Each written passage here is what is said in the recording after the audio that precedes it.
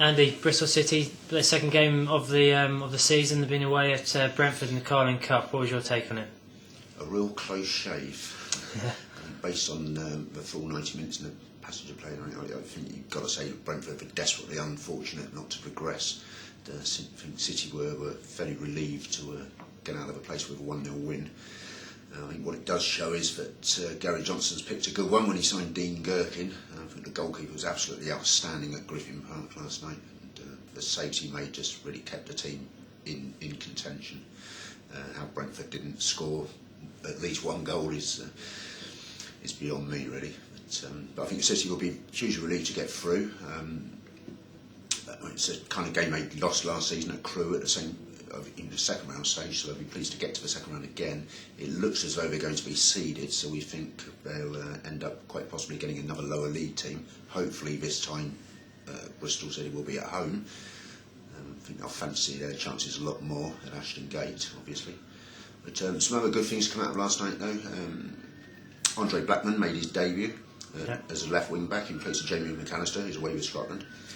And considering he's been out injured for so very long and had surgery only a couple of months ago on his ankle, I thought he did tremendously well, especially lasting 81 minutes, which I think was beyond the call of duty.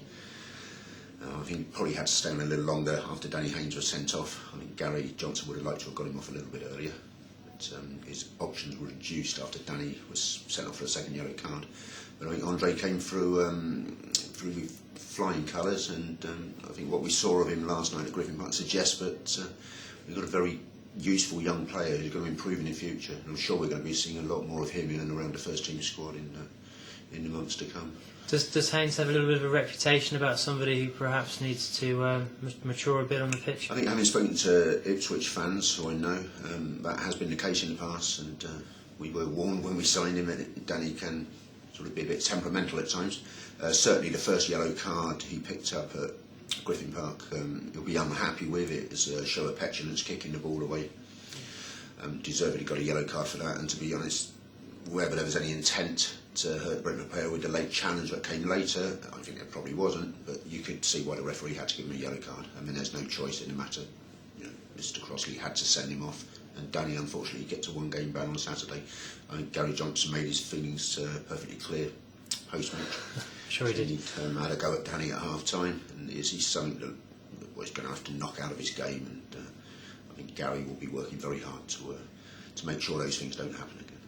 And Kolsku's featured quite a lot last season in the centre of midfield. He was in the centre of defence last night. How did he fare? Yes, Cole seems to pick up all sorts of different roles in the team and always constantly filling gaps and showing his versatility. I think he found that quite a difficult task last night. Brentford had a lot of pace up front and proved very adept at playing angled balls in behind the wing backs. And I think Cole found that quite an uncomfortable experience. Improved second half. City generally looked a bit stronger second half. But basically, that's maybe Cole's a victim of his own versatility. You know, he never seems to be able to nail down a particular position in the team, and we've seen him at right back, left back, right wing, central midfield, and centre half and sweeper in the last season alone. So who knows where he's going to pop up next. Crystal Palace next up. What's your prediction? Well, always a great rivalry in recent seasons between the two sides.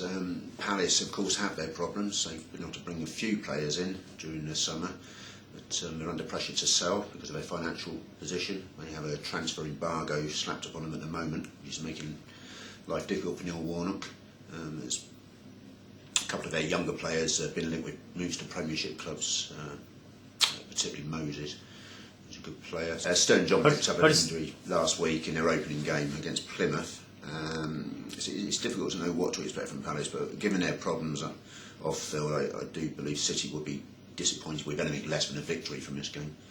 And Palace possibly aren't the force they were a couple of seasons ago when they made it to the playoff semi-finals. Okay, excellent. Thank you very much. Okay, no worries.